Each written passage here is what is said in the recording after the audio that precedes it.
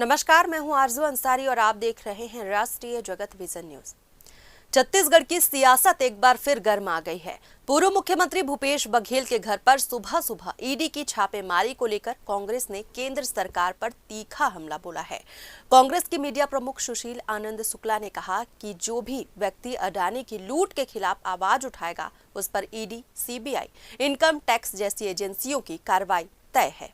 उन्होंने कहा कि तमनार में अडानी की कोल परियोजना के लिए हजारों पेड़ काटे जा रहे हैं और कांग्रेस लगातार इसका विरोध कर रही है। खुद भूपेश बघेल हाल ही में विधायकों और कार्यकर्ताओं के साथ तमनार गए थे। आज विधानसभा के अंतिम दिन कांग्रेस इस मुद्दे को सदन में उठाने वाली थी, लेकिन उससे पहले ही सुबह 5:30 बजे ईडी की टीम उनके घर पहुंच गई। कांग्रेस का आरोप है कि यह कार्रवाई विपक्ष की आवाज को दबाने की साजिश है और केंद्र सरकार लोकतंत्र की जगह बदले की भावना से काम कर रही है।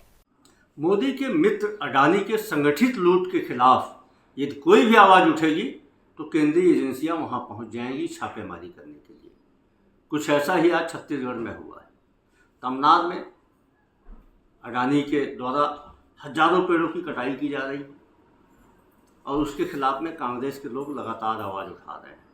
पूर्व मुख्यमंत्री भूपेश बघेल बड़ी संख्या में विधायकों के साथ, कांग्रेसियों के साथ तमनार में विरोध करने गए थे और आज इस मामले को लेकर कांग्रेस का विधायक दल विधानसभा के अंतिम दिन विधानसभा में सवाल खड़ा करने वाला था और आज भूपेश बघेल के घर सवेरे 5:30 बजे नरेंद्र मोदी जी ने ईडी को भेज दिया।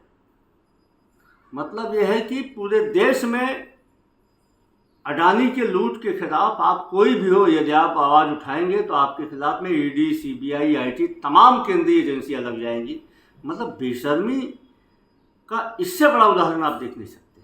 फिलहाल इस खबर में बस इतना ही। देश प्रदेश की खबरों से अपडेटेड रहने के लिए हमारे चैनल को सब्सक्राइब करें और नए खबरों के नोटिफिकेशन के लिए बेल आइकन जरूर दबाएं। नमस्कार।